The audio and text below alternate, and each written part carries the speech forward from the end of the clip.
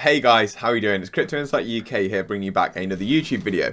So I've not really been making too many YouTube videos recently. I don't know if you guys know this, but before I was doing crypto full time, so I've been doing this full time for like maybe a year and a half, and then been in the market since like 2016, 17-ish. I actually found an old YouTube. This is going off the track already, but I actually found one of my old YouTube channels. Got like 10 videos that I made on crypto back in 2017. But yeah, getting back onto topic. The reason I'm not posted so much recently is actually I owned a company, and last week the sale of that company went through. So I just taken a few days off to relax and celebrate, and now I'm back. Like, obviously been keeping up with the news. I always watch YouTube every day about crypto, read through Twitter, etc. But I just took my foot off the gas and had a little relax. And to be honest, while the market's doing what it's doing right now, it is the best time to be learning if you're new to crypto. But in terms of me, in terms of my asset allocation, there's nothing really extra I can do right now. I've got my price targets. I've got some limit orders set. I am buying. By the way, I've basically almost out of cash. Pretty much got one or two buy orders in if it comes ridiculously low. Like if Bitcoin drops down to like 10, 11, 12, up to 15, probably maybe buy some Bitcoin. I know that sounds like a weird thing to say, but guys, I've got a lot of XRP. I'll probably just keep buying XRP, to be honest. The only things I'm holding right now are XRP and Algorand. And yeah, let's just get into the video. We're going to do a little bit of TA and price, talking about price action a little bit, what I'm looking at, what I'm looking for. Got a few clips to show you. And then that's about it for this video, guys. We'll try and keep it as short as possible. If you enjoy, please hit that subscribe button, share it with a friend, all that good stuff. Hit that like and drop a comment. But let's just get into it. So Bitcoin on the weekly, something that I wanted to just draw your eyes to straight away. Two things. One is the RSI is massively oversold. We're sitting at 26. I don't think we've been this low, at least not for a long while. Let's have a look. There's a new, well, not a new, but I didn't even realize this was a thing. A Brave New Coin Liquid Index for Bitcoin shows you it's supposed to be the Bitcoin price, but it takes you all the way back. So have we ever been this low, even going all the way back to like 2011 on the RSI? It's looking like no, guys. So we are in the lowest period ever for Bitcoin on the weekly RSI, and on the monthly we're also in the lowest period ever. I talked about this a bit this morning on TikTok. So you look where we are now on the monthly, down at 42, and the lowest before that was 47. So I know these aren't like massive things to shout about, but they're definitely things to take into consideration. Also, last week the volume was the second highest we've had in a while, or very, very close to the volume that we had at the bottom of the 2020 C19 crash. So there are a lot of things, and there's other indicators too, not just these, but that are pointing towards that we could be bottoming out. However, we've got all these issues in the wider economy that I talked about, obviously, on TikTok, Bank of Japan, like equities in general, the monetary tightening coming from the Fed, the energy crisis in Europe, all these things, the Chinese lockdowns and that impact on supply chains, a lot of problems basically in the wider economy. But we also don't know how Bitcoin and crypto are going to specifically react to these economical issues. And a lot of the reason for crypto in the first place was to try and counteract some of these problems. So will crypto in some way come through and save the day? I don't know. We've got a few things again that we're going to have a look at in a minute. I'm going to put my spin on those. So Bitcoin, as far as predicting a bottom goes, guys, anyone who's trying to do that for you, they're using previous TA, but if we're saying that this time's different, then how can we predict where the bottom's going to come in? All I'm basically looking at is previous price resistance levels for buy orders, and essentially just deploying capital the further down we come, because I'm just going to dollar cost on the way down, because at some point, in my opinion, we'll go back up, and then I'll just dollar cost out on the way up, and that's how you make money long term. As an investor, in my opinion, obviously fundamentally strong projects are better. This is just, sorry, we're on a log scale, so it doesn't look as accurate, but this is just a little chart pattern that I tweeted the other day. We've got a trend line test of a third touch that's happened this week, with a cup and handle pattern. If we break out, we could be looking up towards the $2.60 sort of cent, and if we break, and that's like a 362% move from the top of this descending channel. And if we break out from here, like specifically where we are now, I think it's more like a 700% gain. So that's a big breakout target just for this particular pattern here, 734% there. Who says that? Who knows if that's going to happen or not, guys? I don't. Like, everything's uncertain right now. No one knows what anything's doing. So anyone who told you with conviction is lying. They haven't taken the whole all the macro events into consideration. The DXY has been looking really strong. It does look to have actually fallen down below the highs it set last week. This could be a sort of a bull flag sort of pattern here, though, or maybe another cup and handle pattern for a further breakout. One thing that I did see that was quite interesting to me was that oil did drop a bit last week. I would like to see this continue to drop because this has a massive impact on the CPI readings that are given from America. So Consumer Price Index, obviously oil and gas are used in a lot of things, like a lot more things than just like every day, like filling up your car. They obviously add or subtract from even delivering goods from place to place, making plastics, etc., etc., etc. But they have a huge impact, or oil has a huge impact on CPI. So if oil starts to drop, we could see CPI drop. And if CPI drops, we might see then the Fed try and relax their monetary tightening. And if the Fed relax their monetary tightening, the DXY will come down. If the DXY comes down, it gives crypto the chance to run, if it's going to run, or to reverse. So who knows if any of those or all those things are going to happen and how they're interconnected or what triggers what. But it's something to watch, guys, and it's something that we want to see is basically the price of oil come down. But the fact that it did drop a bit last week, or had one day where it dropped quite heavily, it was like 5% that day, or 4.98%. That is quite a big drop, guys. So if we see continued drops of that sort of thing, then yeah, just keep your eye on it.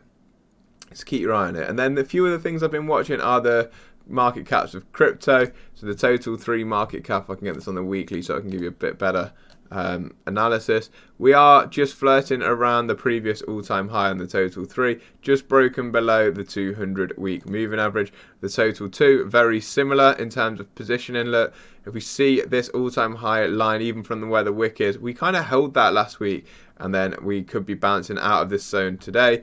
If you see how many red candles we've had, 1, 2, 3, 4, 5, 6, 7, 8, 9, 10, 11 red candles on the bounce. That is madness. At some point, again, guys, it has to reverse, and it will reverse. It's just when that point's going to be. And again, the total crypto market cap has also wicked down perfectly and tested the top of the previous all-time high and looks to be printing a green candle so far.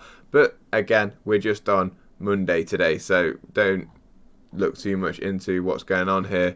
We need to see a lot of things before this starts to reverse. But look at the RSI as well, right in the mud, lowest we've ever been. With the prices still pretty high, guys, like I'm not going to lie to you, $20,000 Bitcoin, yes, it seems like a discount right now because we've been all the way up at 69. But guys, if we're printing the lowest like indicators, one other thing was the Bitcoin Fear and Greed Index. It's printed 2 6s over the weekend, back to back, and then today's a 9. So these things are telling us, guys, that sentiment is the lowest we've been. So does that mean we're going to reverse? No. But does it mean the bottom's close? Probably. Like that's what the history's told us, and that's all we can go off. Is this time different? Who knows? If it is, who says that it can't be different in a good way? That's one thing that I really do want to stress, is that everyone presumes that it's different and bad. Could be different and good. We might get utility. And that will bring big volume to the market. So the next thing I want to just quickly look at is the Bitcoin and Ethereum dominance. If you watch Blockchain Backer, he talks about this a lot, and I just wanted to draw your attention to the fact that, guys, when this dominance drops, so here and here is when we had alt seasons back in 2017.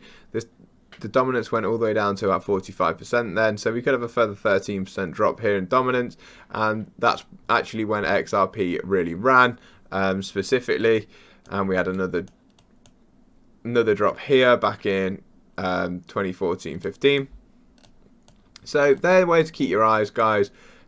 Just it's quite easy to see when Bitcoin dominance is dropping, if XRP's price is increasing faster than that of ETH and Bitcoin, or decreasing at a slower rate than they're decelerating.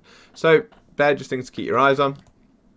I wanted to read this as a quick note from Celsius. It came out today, just a 1-minute read, and it says that they've been working since they paused withdrawals, swaps and transfers. We want our community to know that our objective continues to be stabilizing our liquidity and operations. This process will take time. As has been a priority since our company's inception, we maintain an open dialogue with regulators and officials. We plan to continue working with regulators and officials regarding this pause and our company's determination to find a resolution.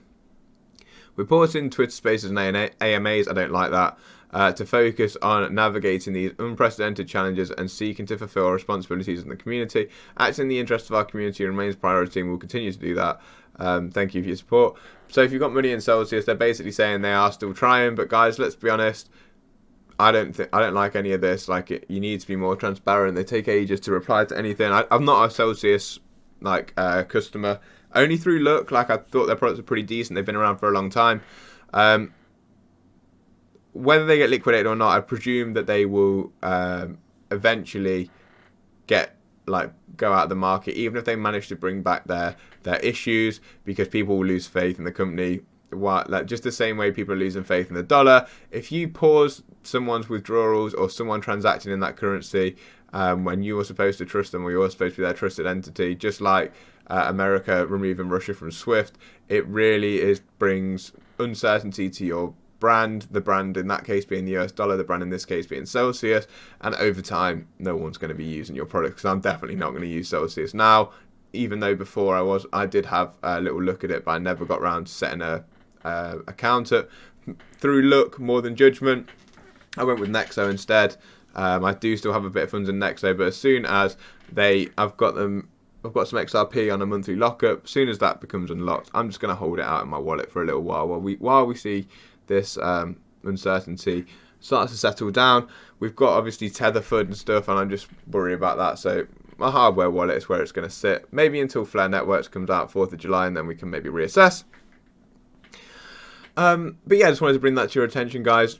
They are trying. Maybe they'll get a bailout. Who knows? But is that going to help? I don't know. Are we just prolonging agony?